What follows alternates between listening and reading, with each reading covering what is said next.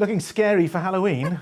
You had to stick me out in the garden, didn't you? Absolutely. I think I'm probably the scariest thing out here. However, yes, welcome to the back garden of the Wales at 6 Budget Special House.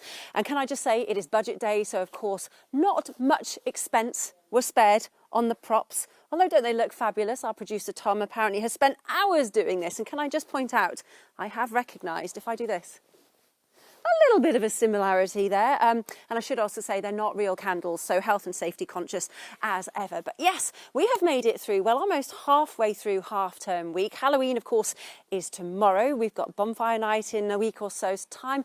And actually, the weather is looking very same old, same old. Usually at this time of the year, school, of course, half-term holidays are a recipe for absolute disaster and chaos on the weather front. But actually, quite the opposite has happened. And if you are making plans for the next few days, guess what? I actually have a little bit of good news for you. So let's take a look in a little more detail.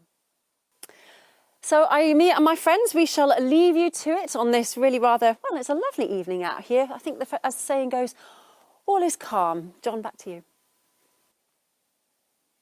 Well, high pressure is firmly in the driving seat at the moment. You can see it deflecting all sorts of nasty frontal systems out back into the Atlantic and across the north of the UK. So for us at the moment, the weather that you've had over the last few days, the weather you've had today, is effectively the weather that you're going to get over the next couple of days, which actually is pretty good news if you are making plans. And I'm so sure that there'll be plans for heading out and about tomorrow night in particular. So yes, good news indeed.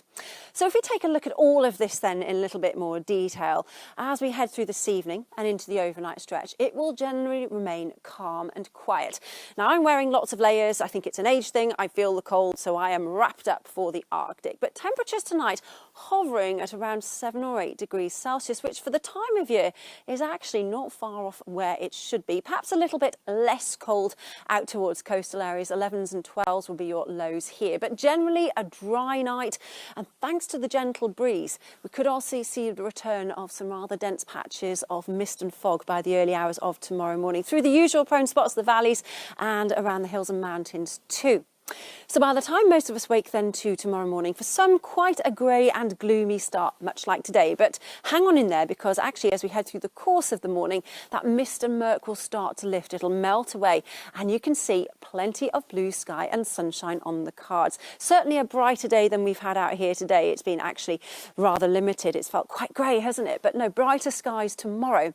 And because of the gentle breeze, we're looking at highs around 14 or 15 in Celsius, actually where it should be at this time of the year, but actually feeling really pleasant, maybe hitting a 16 or 17 degrees. So it is decent weather. And if you are heading out and about then through tomorrow night, of course, trick or treating, absolutely no tricks, plenty of treats in store because the weather is looking really rather decent, but might be worth wrapping up.